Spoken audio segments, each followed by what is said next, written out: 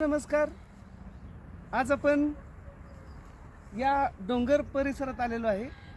याला गवताळ प्रदेश असं म्हणायचं. आणि या ठिकाणी जी परिसंस्था आहे, या ठिकाणी जे झाडं आहेत, या ठिकाणी जे प्राणी आहेत, हे कशा प्रकारचे आहेत बघा. गवताळ प्रदेशातील परिसंस्था हे याचं एक उत्तम उदाहरण आहे. कारण गवताची उंची जी आहे ती फक्त गुडघ्याच्या पर्यंत आहे. आणि याचं कारण असं आहे की कमी प्रमाणात पाऊस पडणं आणि जेवढा केवढा पाऊस पडला तेवढ्याच पावसाच्या आधारे ही वनस्पती येते.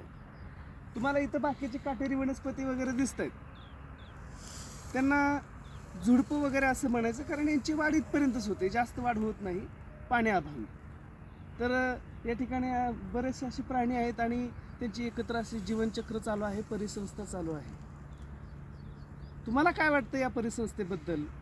तुम्ही कमेंट बॉक्समध्ये कमेंट करा.